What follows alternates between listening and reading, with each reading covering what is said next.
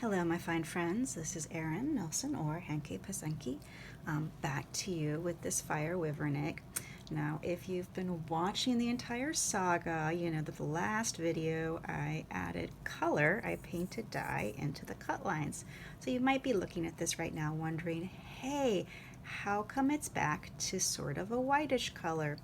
Well, the colors didn't work out exactly as I wanted. It ended up a little bit dark and a little bit like purpley red, and I really wanted more of a fiery, orangey, goldy red. So my dyes were a little bit old. They were a couple years old, so I went ahead and mixed fresh dyes at the very end of June. After our heat spell finally broke, we had a really, really nasty heat wave, or heat dome, I think as they called it. It was over 100 degrees for 3 days. I live in the Pacific Northwest. It's not supposed to be hot here, so I just didn't do anything. It was a rough time. But finally, it cooled off. We're able to resume normal daily activities and work. So I washed this back last night, just water, cool water, on a little toothbrush, and just kind of brushed it underneath. That took off most of the dye, and then most of the color, and then except for we'll get to that later, sorry. And then there was still a lot of blue and a lot of green kind of veining in these cut lines. I mean, there still is, but there was more. So I wanted some more white areas that would take the dye a lot brighter. So I went back in with my little pot, my little mason jar of vinegar, and wet the areas to get them nice and saturated and nice and soft, and then came back in with my little diamond bit drill and just scraped away until I got it down to where I wanted. So now this may or may not be obvious in the video, I mean there's some scratchy lines, and I'm actually okay with that for this project, because this should be a little organic and a little rough and a little scratchy. Anyways, you will notice that it is down to a very white, a very light color. That means there is very little of the emu egg shell left. So I want to do something super fun that I've never done on a video before. I'm going to turn off my work lights, and I'm going to turn on a little flashlight or headlamp, and I'm going to shine that in. If you've ever candled an egg, I'm basically candling this egg. And you can see how much light is coming through in spots, so how thin it is in some spots, it's thicker in others, and also a lot of the red dye clearly seeped through the pores of the shell. So I etched this emu egg shell down so thin that some of the pores are actually open. I'm gonna have to fill the inside probably, just to give it a little bit of substance on the inside. But like, you can see how thin that is and how cool that is, and you can see all the little spots of the red dye where they seeped through pores. I did rinse out the inside with a water pick last night, but the dye's pretty well stuck in those pores, so it is what it is, and that's totally fine. But ooh, look, I'm moving the flashlight around inside. It's so cool. I kind of wish I knew a little bit more about like LED lights, because this would make a great lamp. Like maybe if I put an LED light inside, if I knew how to do that, that would be really cool. Anyways, because then it would super duper glow. Right, because I know some people do carve eggs into like night lights, so it would be very cool for that. All right. Moving on, so I have definitely etched and carved and scraped as much as I'm going to. And now let's get back into some color. I went back to the source material, and I think I'm going to stick with brighter oranges and a very bright glowing hearts red for these cut lines, to keep them nice and bright and vibrant. And then I'm going to save the dark reddish purplies, the dark purpley reds, the dark reds for the scales, right? I can't find my good brushes. I don't know what happened to my other brushes. I know I washed them. Oh, anytime you're working with like etching, I do highly recommend having a different brush. One brush for your vinegar and one brush for your water so you don't mix it up too much. Also, make sure that your coffee or drinking beverages are in a completely different kind of container. Because it's fine to drink your water. Well, I wouldn't drink this water because it'll have egg dust in it at some point. You definitely don't want to drink your vinegar, and you absolutely don't want to drink your dyes. They are really not good for you. You do not want that in your system. Okay. So we've got some fresh new glowing hearts. We've got some fresh new monarch orange, and these are just like less than a week old. They're so fresh and delightful. And because they're so fresh, I'm even going to use a different brush for each one because I don't know. Not necessary. Totally not necessary. And I do my vinegars a little. Oof, there's some things floating in there. There's some bits of eggshell, which is to be expected. There's some bits of other things. I had an unnecessarily exciting evening last night while I was in the kitchen washing this back. So I'm standing at the sink, doing what you do, and then one of my frickin' cabinet doors just fell off the bloody hinge. I recently repainted them, and so I took them off the hinges. I put them back on the hinges. I thought that I did it all right. It's a very old system, and the stupid bloody thing just fell off. It came crashing down. I wasn't opening it. I wasn't messing with it.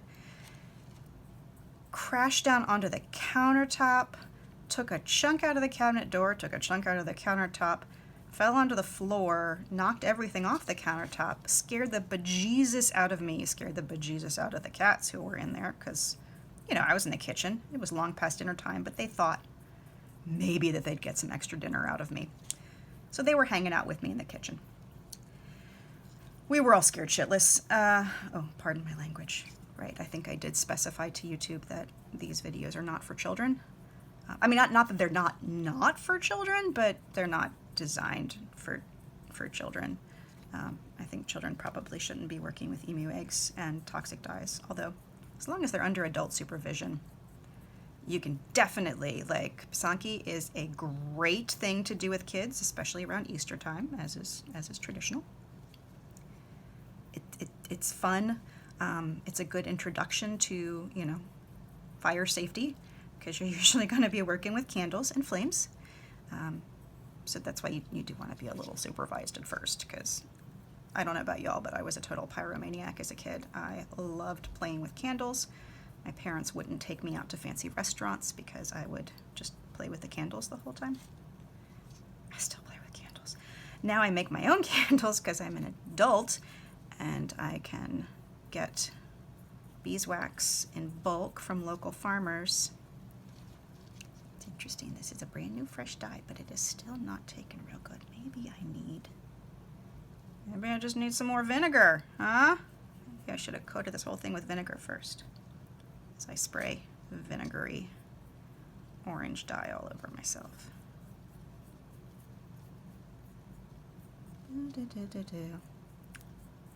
Right, so back to my crashing horrible incident in the kitchen last night. While I'm holding this emu egg that I've been now working on for weeks because I'm slow, and my full-time job has been taking a lot of brain and emotional power out of me lately. And then it just got really hot. It was just too hot to do anything. So I was holding this, emu egg, this wyvern egg, and just, flailed it. It went up in the air. It was like something out of a Looney Tunes cartoon. It went up in the air, and I fumbled it, and I fumbled it, and I fumbled it, and I got it, and I kind of like fumbled it. Instead of fumbling away from myself, I did a smart thing, which is good. I've certainly broken a lot of eggs this way. And I fumbled it back towards myself and eventually caught it. And it didn't break and it didn't crack. And I was so happy because that would have been so sad. So sad. I would have been really bummed if I'd done that, is what I'm saying here. So thankfully I don't have to start again from scratch. God, that would make me so sad. Okay. Let's get in some of this nice glowing hearts, which is what I really, really wanted to get. Yeah, that's better. Oh, yeah, that's a nice, good red. That is a lovely, lovely red. I like it a lot. Push this out for a different paper towel.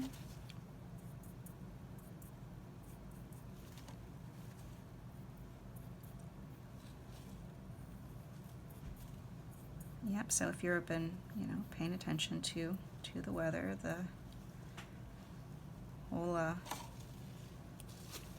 North American continent kind of got a nasty, what were they calling it? A heat dome, which just reminded me of the Stephen King book Under the Dome.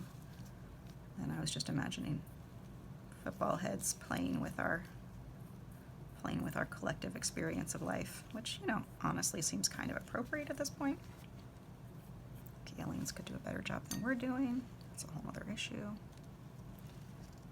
Maybe get a little bit up here. A few spots underneath. A little bit there. A little bit there. Okay. Let's get some of this nice monarch orange. Should be nice and bright. Ooh, yeah.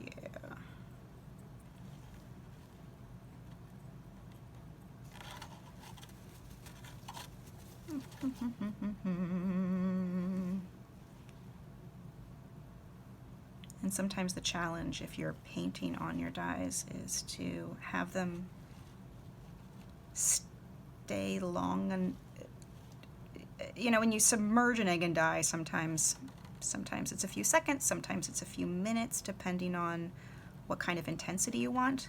So if I obviously want super intensity, so I kind of have to let it puddle here for a bit in order to get the intensity that I want.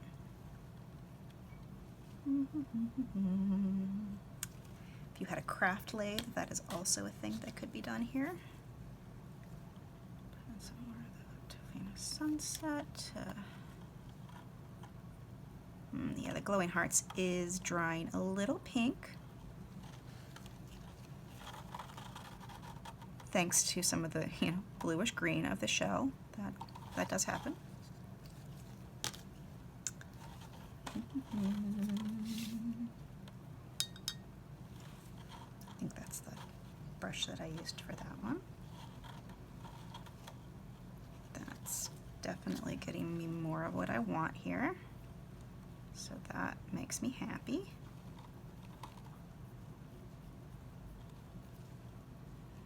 And then maybe someday I'll figure out how to turn these into night lights. Boy, would that be glorious.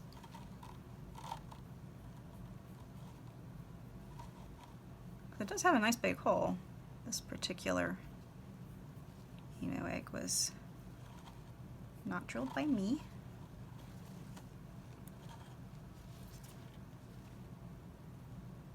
I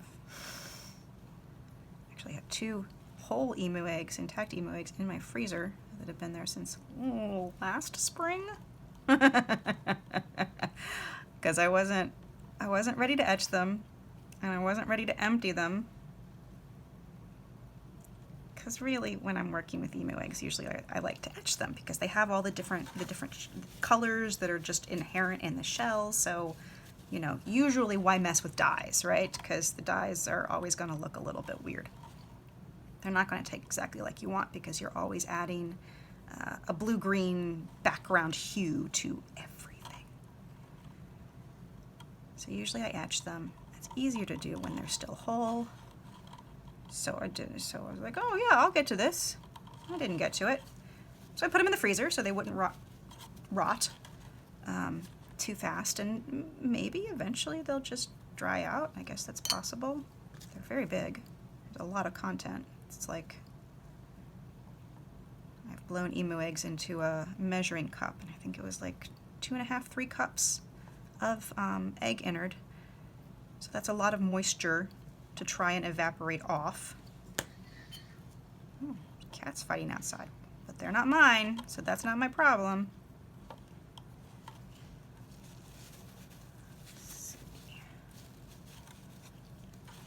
And I am using different brushes just to try and avoid cross-contamination of the colors since they're so fresh and new and shiny.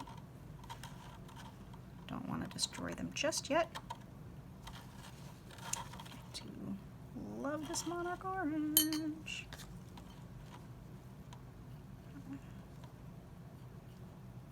A little more of that. That is almost a gold. Almost.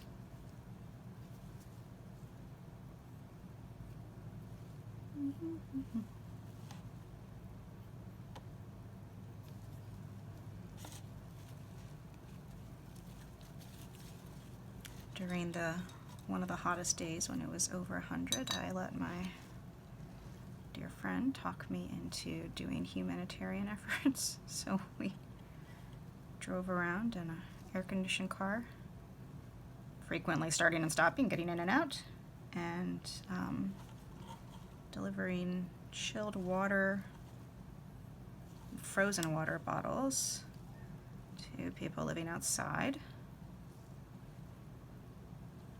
Fortunately, I will say fortunately for them, a lot of people were taking advantage of the cooling shelters. All of our local libraries were, which have been closed to the public during the pandemic, that we've been able to do holds and pickups and stuff at the library, but we haven't been able to go inside the libraries for the safety and health of our library employees. And they did, during the heat dome, converted most of those libraries into cooling shelters because they have air conditioning. So they had, cold water, air conditioning, snacks. So a lot of the vehicles where we usually expect to see people camped out were empty, which is great because it is so hot. It was so hot. Even in the shade it was hot. And there were some people who were just like hanging out in their vans in full sun. With most of the windows rolled up. I don't know how people survive those kinds of temperatures and those kinds of conditions, but it was good to know that there were some other choices, at least, for those who chose to take advantage of them.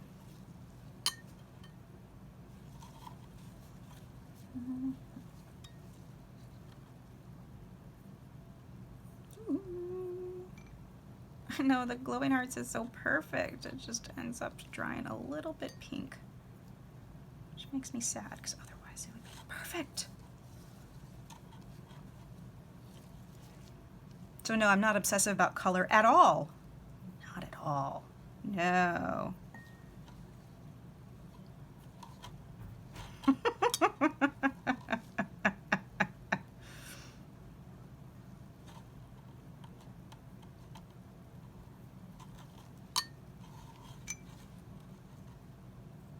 Had a background investigator for my current job came to my home a few years ago. So they do this periodically just to make sure that I'm not up to anything nefarious. I'm not up to anything nefarious. But I had some eggs in progress, and he was like, so you're okay with painstaking detail? I was like, yeah, I'm okay with painstaking detail. Yeah, I will totally spend 4 hours getting exactly the right color on something. It's like, oh, good. It's good to know you'll just fit right in. Okay. All right, so we've got some good color. I'm going to let this dry, and then I can layer in more color on top of it if I want. But it does have to dry sometimes. We'll see. Oops. Maybe I'll even layer in some Yukon Gold to get a little more gold into those reds. All right, we'll be back.